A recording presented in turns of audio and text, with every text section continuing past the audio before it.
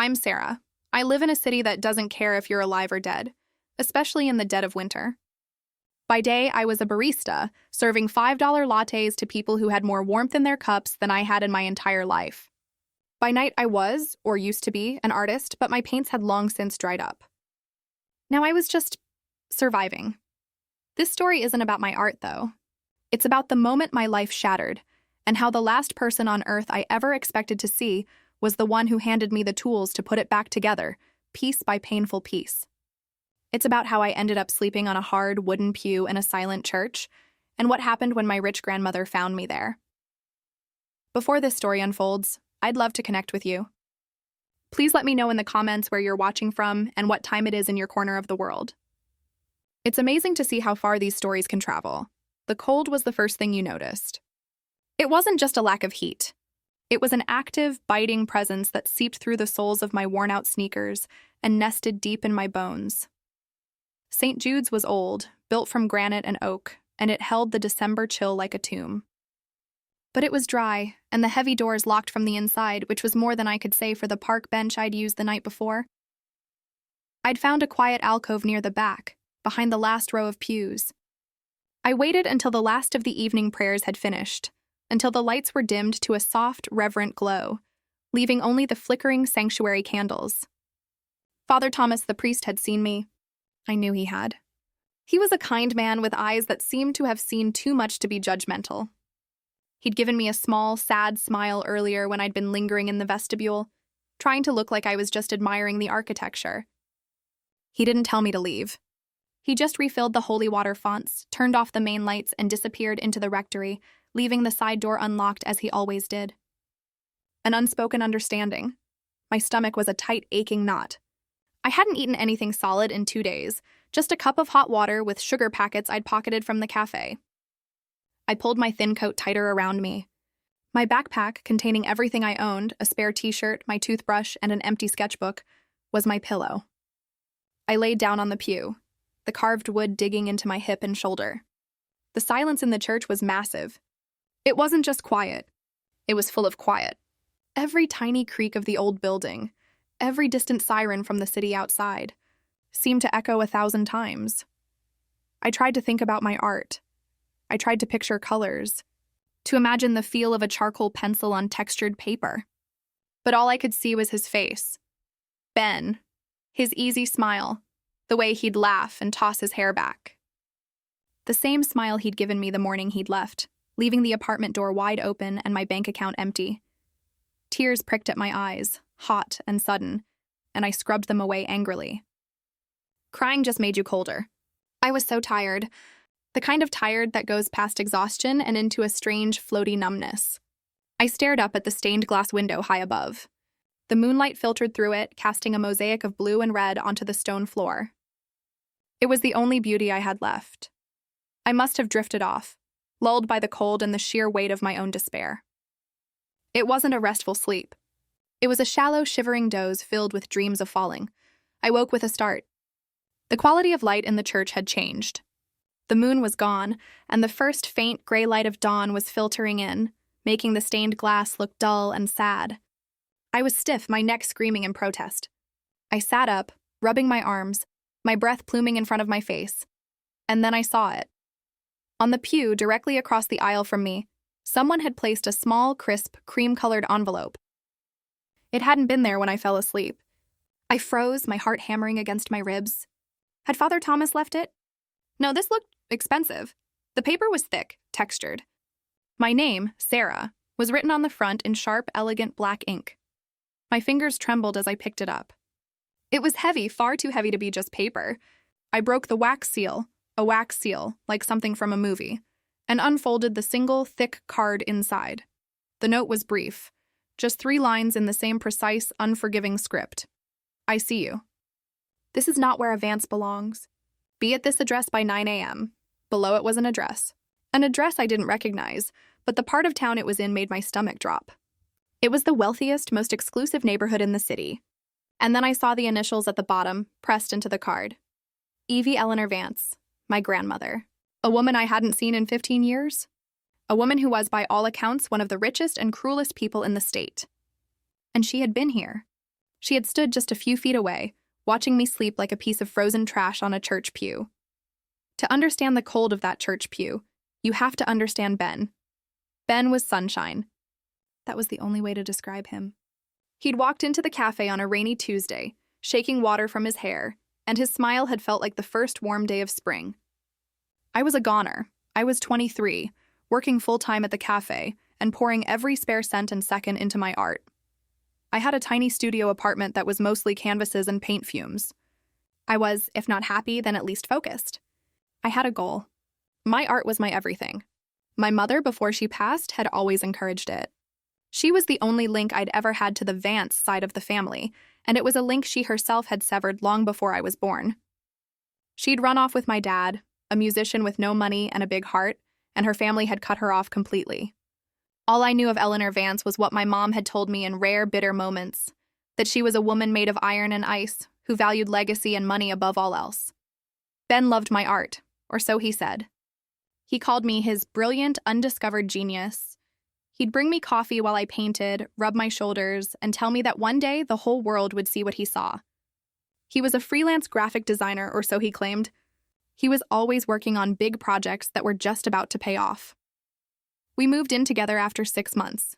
It was his idea. "Let's get a real place, Sarah," he'd said. "A place you can have a real studio, not just a corner of the living room." We found a beautiful one-bedroom loft. It was too expensive, but Ben had waved away my concerns. "My new contract is coming through, babe. It's fine. We'll put the lease and the bills in your name for now, just to build your credit. I'll transfer you the money." Like an idiot, I agreed. I was in love. I was in love with him, and I was in love with the life he painted for us. The first month, he transferred the money. The second month, it was late. Clients dragging their feet, you know how it is. He paid his half eventually. The third month, he only paid a quarter of it. "It's fine, right? I covered you for that dinner last week." I started covering more and more. My meager savings from the cafe dwindled, then disappeared. I stopped buying art supplies. Then I started picking up extra shifts, working doubles until my feet were numb and my mind was blank. "Why don't you take out a credit card?" He suggested one night, massaging my temples. Just a small one for emergencies. To tide us over until my big payout, so I did. And emergencies became groceries. Then the electric bill. Then the internet. He was always so apologetic, so charmingly frustrated with his useless clients. He'd promised to pay it all back, with interest. The big payout never came. Instead, the final notices did. I came home from a 10-hour shift, smelling of burnt coffee and betrayal, though I didn't know it yet. The door to our apartment was slightly ajar. I pushed it open, calling his name. The apartment was empty. Not just "he's not here," empty. I mean empty. The sofa we'd bought together was gone. The TV was gone. His clothes were gone. And from the corner that had been my studio, all my art was gone. Every canvas, every sketchbook, even my easel. The only thing left was a single white envelope on the kitchen counter. It wasn't a note from him. It was a 72-hour eviction notice. I ran to my laptop. Our joint savings account, which was really just my savings account, was empty, 0. The credit card was maxed out. I checked the recent transactions. A one-way plane ticket to San Francisco. A cash withdrawal for $5,000. Online purchases for new luggage, a laptop, a camera. He hadn't just left me. He had systematically, carefully, and lovingly bled me dry. He had stolen my money, my art, my home, and my future. The eviction was for 3 months of unpaid rent. The lease was in my name. The credit card debt was in my name. The utility bills were in my name. I was ruined. I spent the first night on a friend's couch, but I couldn't impose for long. She had roommates, and I had nothing. I spent a week in a motel, paid for with the last $200 from my paycheck, desperately calling legal aid services, who all told me the same thing. It's a civil matter. You'd have to sue him. And since he's in another state, it's difficult. Then the $200 ran out. I was fired from the cafe for missing shifts. I had my backpack, the clothes on my back, and a name that was now attached to so much debt I'd never be able to crawl out from under it. That's how I ended up at St. Jude's. It was the only place I could think of that was warm, safe, and wouldn't ask me for money I didn't have. I had been there for 3 nights, sleeping on the pews, trying to figure out what to do, when I woke up to that crisp, cream-colored envelope. Ben had taken everything. And now the one person who had more than everything, my grandmother, had found me at my absolute lowest. The walk from St. Jude's to the address on the card was over 5 miles. I didn't have bus fare, so I walked. The sun was up, but it offered no warmth. The city was bustling, people hurrying to their warm offices, their warm cars, their warm lives. I felt like a ghost, invisible and freezing, clutching the heavy envelope in my coat pocket. I must have looked a sight. My hair was matted, there were dark circles under my eyes, and I still smelled faintly of the old polished wood of the pew. As I turned onto the street listed on the card, the entire world changed. The noise of the city faded, replaced by the crunch of expensive tires on clean pavement. The buildings gave way to massive, gated mansions, set back on sweeping, manicured lawns. There were no sidewalks. People like me weren't meant to walk here. The address was a set of towering wrought iron gates. A high stone wall surrounded the property. I pressed the intercom button, my numb finger fumbling with the brass. A clipped, disembodied voice answered instantly. Yes, I'm Sarah. I was told to be here by 9 a.m. There was a pause. Then a loud electronic buzz. The gates slowly swung open. I walked up the long, winding driveway. The house, it wasn't a house, it was a manor, loomed into view. It was all gray stone and dark-paned windows, looking more like a fortress than a home. The gardens alone were probably worth more than I'd ever earn in my life. The massive front door opened before I even reached it. A man in a simple dark suit stood there. He was tall, thin, and had an expression that suggested he'd never been surprised by anything. "Ms. Sarah, we've been expecting you. Follow me." He didn't say Ms. Vance, just Ms. Sarah. I followed him through a grand foyer with a marble floor and a chandelier that looked like a cascade of diamonds. My worn sneakers squeaked on the polished stone. We didn't go into any of the grand drawing rooms. He led me down a long hall through a pair of doors and into a vast, sun-drenched conservatory at the back of the house. It was filled with exotic plants, orchids, and lemon trees. And in the center, sitting in a simple wicker chair, was an old woman. She was small, almost bird-like, wrapped in a cashmere shawl. Her hair was perfectly coiffed, a silvery white helmet. She was reading a thick, leather-bound book. She didn't look up when I entered. The man in the suit spoke. "She is here, Mrs. Vance. I see that, Arthur." "You may go," Arthur vanished. I was left standing on the tiled floor, feeling like a stray dog that had wandered into a palace. My grandmother, Eleanor Vance, slowly closed her book, marking the page with her finger. Then she raised her head and looked at me. Her eyes were a pale, startling blue. They were not kind. They were sharp, analytical, and missed nothing.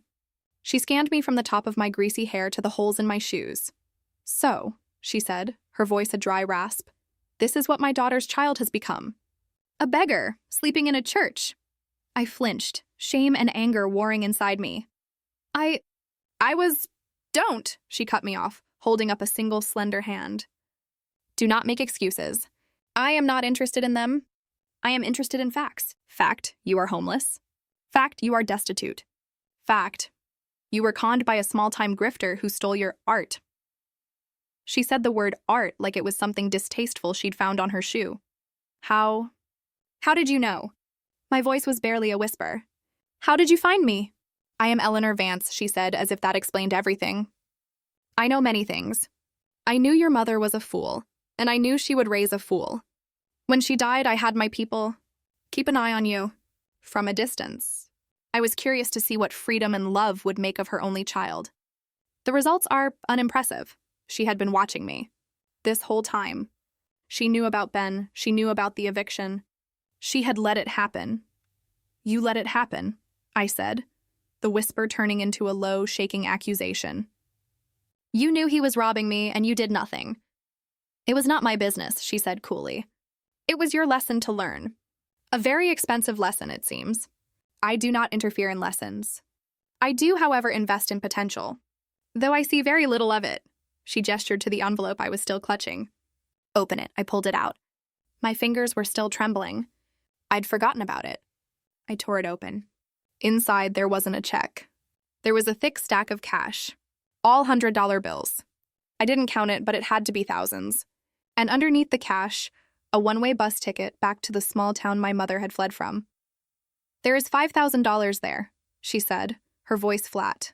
And a ticket. Enough for you to get a fresh start. Somewhere simple. Get a small apartment, go back to pouring coffee. Live a quiet, unremarkable life. It is more than your mother ever got from me. I stared at the money. $5,000. It was a fortune.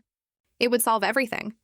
I could pay the deposit on a new apartment, buy food, buy new clothes. I could breathe. But as I looked at it, and then at her, a different kind of coldness settled over me. This wasn't help. This was a dismissal. This was her paying me to go away, to continue to be a failure, just somewhere else where she wouldn't have to see it. This was her proving once and for all that I was just as big a fool as my mother. I thought about Ben's smile.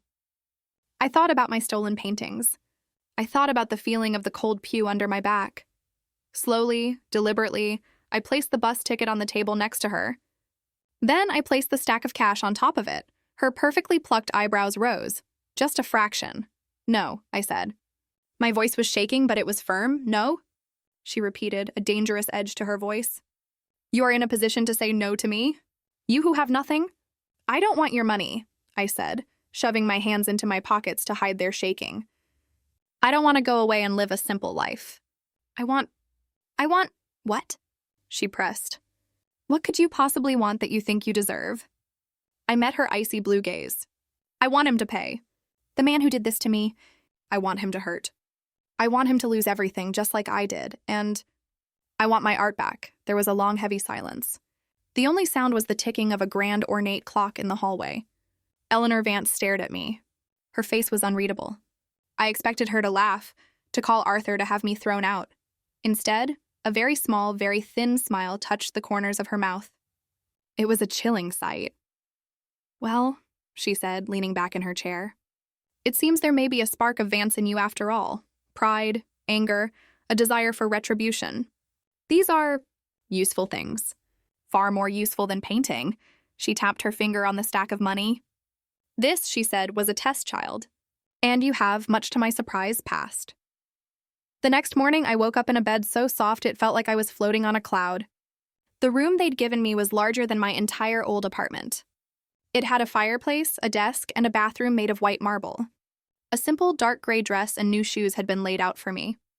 I met my grandmother in the dining room, a cavernous space with a table that could seat 30. She was at the head of it, reading the Wall Street Journal and sipping tea. A plate of food, eggs, fruit, toast, was placed in front of me by a silent housekeeper. I ate like a wolf, my pride vanishing in the face of actual, high-quality food. Eleanor didn't speak until I had finished. She folded her newspaper with crisp, precise movements. Today, your education begins, she announced. The first lesson, you are a fool. You are emotional, trusting, and spectacularly naive. That is why you were targeted. We are going to fix that. That day, I didn't get a hug. I didn't get sympathy. I got a team. At 10 a.m., I was introduced to a man named Mr. Harrison, her personal lawyer. He was sharp, dressed in a bespoke suit, and looked at me as if I were a particularly complex and messy file that had been dropped on his desk. I have reviewed the preliminary report, he said, opening a leather-bound folder. Ben Miller, 25, no fixed address. A series of small-time cons, usually romantic in nature. He targets women with some assets and poor judgment. You were, frankly, below his usual target demographic. He must have been desperate, I flushed. He stole my art. Yes, the paintings, Harrison said dismissively. We have already begun tracking his electronic footprint. The plane ticket was bought with your credit card, which was foolish of him. He is in San Francisco. He has already attempted to sell your artwork through an online gallery. We have to stop him, I said, half rising from my chair. Sit down, Eleanor commanded from the other side of the desk. I sat. We will not stop him, my grandmother said, her voice laced with contempt. Stopping him is easy, and it teaches him nothing. We are not interested in a slap on the wrist. We are interested in ruination. Is that not what you said you wanted? I nodded, my throat dry. Good, Mr. Harrison has a plan. But his plan requires an asset. That asset, she said, pinning me with her gaze, will be you, but not the sniveling, weeping creature that I found in the church. We are going to rebuild you, and it will be unpleasant. The next few weeks were the most grueling of my life. My days were scheduled to the minute. At 6 a.m., I was in the home gym with a personal trainer. A strong body is the vessel for a strong mind. Eleanor had declared. Stop slouching. Vances do not slouch. After breakfast, I had 3 hours of lessons with a tutor. Not in art, in economics, finance, and corporate law. You were defeated by a checkbook, Eleanor told me. You will never be defeated by one again. You will learn to read a balance sheet, understand investment portfolios, and spot a fraudulent transfer from a mile away. In the afternoons, I met with a woman named Dr. Shaw, a psychologist who specialized in executive performance. It wasn't therapy. It was an interrogation. She broke down every decision I'd ever made, forcing me to see the patterns of self-sabotage and naivete. She taught me how to control my emotions, how to speak with authority, how to read a room, and how to spot a lie. Your trust is not a gift, Ms. Sarah, she'd say, her voice calm and relentless. It is a commodity. You will learn to dispense it accordingly. I was being disassembled, every weak part of me exposed, analyzed, and either reinforced or discarded. I learned to dress, not in my old paint-stained jeans, but in the simple, elegant, and powerful clothing my grandmother's tailor provided. My hair was cut into a sharp professional bob. I learned to walk, to talk, and to think like a Vance. And through it all, Mr. Harrison's team worked in the background. They fed me reports. Ben was living large in San Francisco.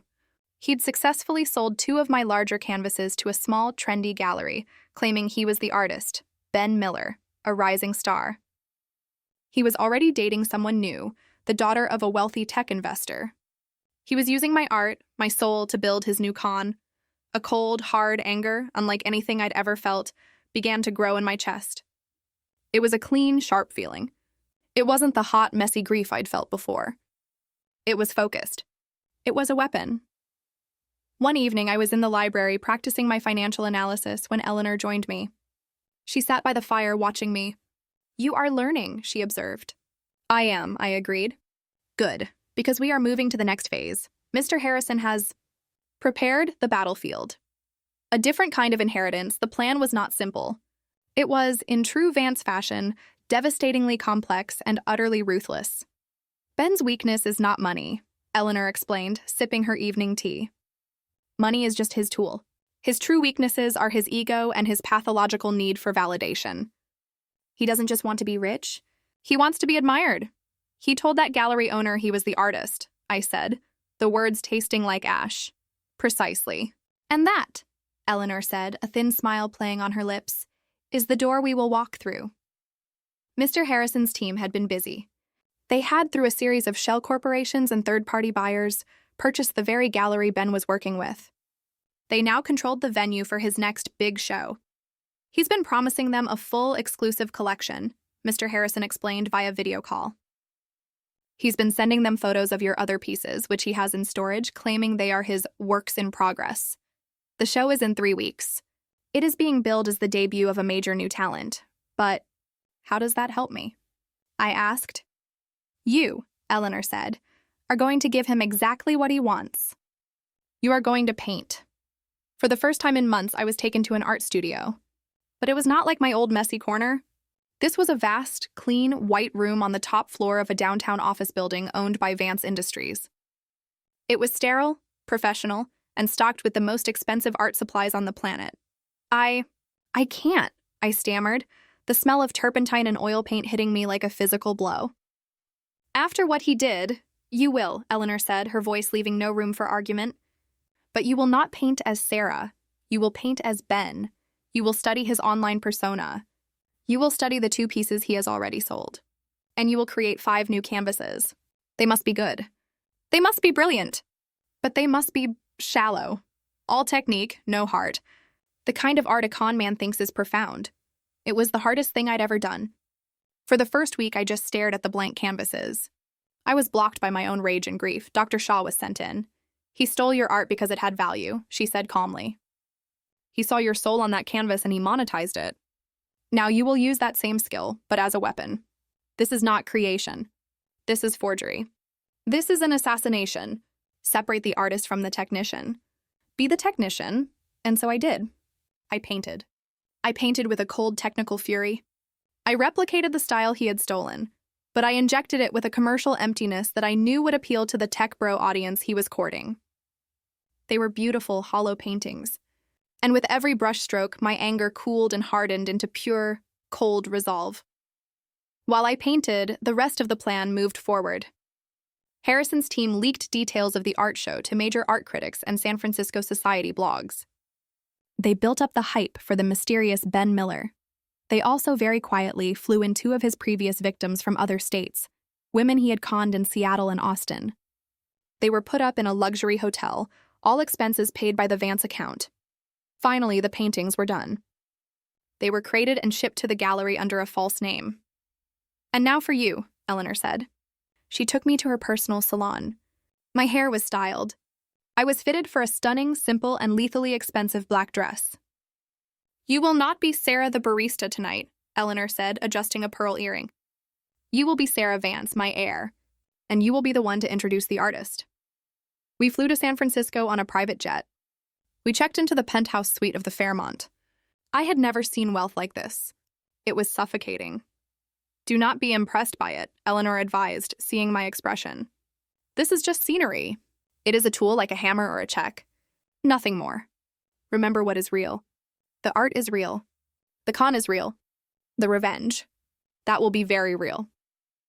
Watching the deceiver crumble, the gallery was packed. It was all glass and white walls, throbbing with minimalist electronic music and the chatter of wealthy, beautiful people. Waiters moved through the crowd with trays of champagne. I saw tech investors, art critics, and local celebrities. And I saw him. Ben was in the center of the room, holding court. He looked incredible. He was wearing a tailored suit, his hair perfectly styled. He was animated, charming, accepting congratulations. My stomach twisted, but I felt Dr. Shaw's voice in my head. "Control your emotions. They are a liability." Eleanor on my arm was a vision of regal power. She was in her element. People were drawn to her, whispering, "Is that Eleanor Vance?" She accepted their greetings with cool, aristocratic grace, introducing me simply as my granddaughter, Sarah. The way people's eyes widened when they heard my last name was a lesson in itself.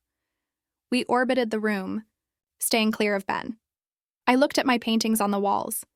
The 5 new ones I'd created, and the 2 originals he had stolen from me, all hung together under bright, professional lights. Under each one, a small brass plaque read, "Ben Miller." The gallery director, a man who was secretly on Mr. Harrison's payroll, tapped the microphone. "Thank you all for coming," he gushed. "It is my incredible honor to present the debut show of an artist of profound talent and vision, Mr. Ben Miller." Polite applause. Ben walked to the front, beaming. He took the microphone. Thank you," he said, his voice dripping with false humility. I'm overwhelmed. Art is my life. It's my soul. And to be able to share my soul with you tonight, it's a dream come true." He was about to launch into a speech, but the director cut in. "And Ben, we have a very special surprise. We have a major patron of the arts with us tonight, who was so moved by your work, she has insisted on saying a few words. Please welcome Ms. Eleanor Vance." The applause was thunderous. Ben's face went pale. He knew that name. I had told him stories about my crazy, rich, estranged grandmother. He looked around, confused. Eleanor glided to the microphone. I stood just behind her to the side. Ben's eyes scanned the room, and then he saw me. His smile froze. His face cycled through shock, confusion, and then fear. He looked from me to Eleanor and back again. The trap was sprung, and he was just now realizing he was in it. "Thank you," Eleanor said, her voice carrying through the silent room. "I am not often moved by new art, but this is a special case," she turned not to Ben but to me. "My granddaughter Sarah is the true artist in our family. She is a painter of remarkable honesty." She gestured for me to come forward.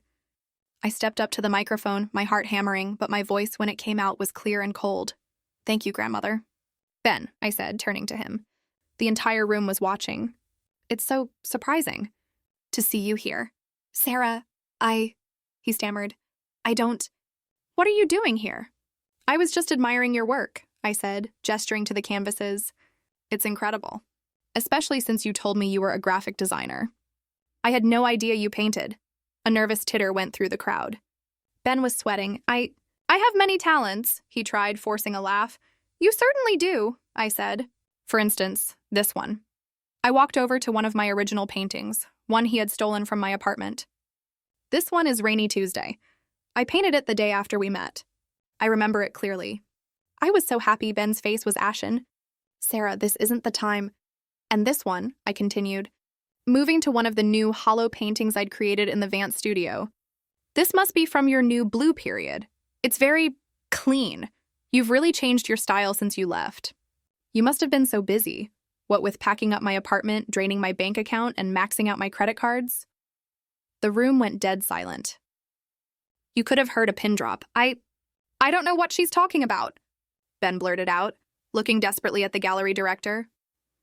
She's a crazy ex-girlfriend. She's obsessed with me. Am I? I asked, my voice calm. Then I suppose she is too. On cue, Mr. Harrison, who had been standing by the door, stepped aside. A woman I recognized from the files, his victim from Seattle, walked in. Hello, Ben, she said, her voice shaking but strong. Or should I say Alex, like you told me? And me, said another woman, his Austin victim stepping in behind her. You told me your name was Mark. You said you were a day trader. Ben looked like a cornered animal. He backed away, but the crowd had formed a tight circle. And finally, I said, I believe the San Francisco police have a few questions for you. Not just about the theft of my art or the $15,000 in debt you left me with, but about the wire fraud you committed against, well, quite a few people. 2 uniformed police officers who had been waiting outside stepped into the gallery. As they moved toward Ben, he made a break for it, shoving a waiter aside. But Arthur, my grandmother's silent driver, was blocking the exit. He didn't even flinch. He simply stuck out a foot, and Ben went sprawling onto the white floor, champagne and glass shattering around him. The officers cuffed him. He was hysterical, screaming that we were lying, that it was a setup. I walked over to him as they were hauling him to his feet. I leaned in close so only he could hear me. I want my art back, Ben, I whispered. Every piece. And by the way, this was all her idea. I nodded toward my grandmother. Ben's eyes followed my gaze. Eleanor Vance was sipping her champagne, watching him being dragged away with an expression of mild academic interest. I turned and walked back to her side. The room was buzzing. Mr. Harrison was already handing out a prepared press release to the art critics, detailing the entire story of the con, the sting operation, and the heroic efforts of Vance Industries to bring a predator to justice. My grandmother handed me her empty glass. Well, she said, that was satisfactory. Let's go home. A legacy rebuilt. The flight back was quiet. I watched the city lights of San Francisco disappear below the clouds. Ben was in jail. The charges were substantial: grand theft, wire fraud, identity theft. With 3 victims and the full weight of Eleanor's legal team, he wasn't getting out anytime soon. My stolen art was already being crated and sent back to the mansion. I had won. I had gotten my revenge. I felt empty. You expected to feel joy, Eleanor said, not looking up from her book. I was startled. How did you know? Retribution is not about joy, child. It is about balancing the scales. The scales are now balanced. The ledger is clear. Joy is something else. That comes next. When we returned, life changed again. The lessons didn't stop, but they shifted. I continued my studies in finance and law, but my grandmother also, for the first time, asked to see my real art. The pieces I'd painted before Ben, the ones full of emotion and messiness. I unrolled the few I'd managed to save, the ones that had been in storage. She looked at them for a long time, her expression unreadable. You have talent, she finally pronounced. Your mother had it too. But she had no discipline. She let her feelings rule her. That is why she was weak. She pointed to one of my paintings. This is strong, but it is untamed. You have spent months learning to control your mind. Now, apply that same control to your art, not the empty technique you used for the sting, but a marriage of your passion and your new precision. She converted the entire top floor of the mansion into a state-of-the-art studio for me. And I began to paint again. But this time it was different. I wasn't painting from a place of desperation. I was painting from a place of strength. About 6 months later, Eleanor called me into her office. Mr. Harrison was there. We have a problem, she said. It was the first time I'd ever heard her admit to such a thing. It's about the con, Harrison explained. The press from the gallery event was extensive. We have been contacted by 7 other women, all victims of Ben Miller stretching back 5 years. How is this a problem? I asked. It is a problem, Eleanor said, because they are all like you were. Broke, in debt, and with no legal recourse. The world, Sarah, is full of Bens, and it is full of women with no one to help them. I looked at her, and for the first time, I think I truly understood her. The coldness, the iron, it was all a fortress. But it was a fortress she knew how to use. So, I said, feeling the shape of a new idea form, we help them. Eleanor's thin smile returned. I was hoping you'd say that. We didn't just start a foundation. We started a weapon. Using the Vance legal team and a portion of the family fortune, we established the Blackwood Foundation, named after my great-grandmother. Its public mission was to provide grants to emerging female artists. Its private, unlisted mission was to provide pro bono legal and financial services to victims of romantic and financial fraud. I became its public face. I ran the art grant side. My story, carefully curated, made me a powerful advocate. I gave speeches. I vetted applications. I used the eye for art that Ben had tried to steal, and the head for business that Eleanor had beaten into me. Behind the scenes, Mr. Harrison and his team ran the Special Projects Division. They took on the con artists. They froze assets. They filed lawsuits. They did to other Bens what we had done to my Ben. I never saw my grandmother as much as I did in those first few years of building the foundation. We'd argue over budgets, debate legal strategy, and interview candidates. We were, in our own strange, cold way, happy. One afternoon, I was in my old neighborhood. The foundation was funding a new community art space, just a few blocks from St. Jude's. I stopped by the church. It was quiet, just as I remembered, smelling of old wood and candle wax. Father Thomas was there, lighting candles. He saw me and smiled. "Sarah, it is so good to see you," he said, his eyes kind. "I read about the work you're doing. It's wonderful. Thank you, Father. I came to make a donation.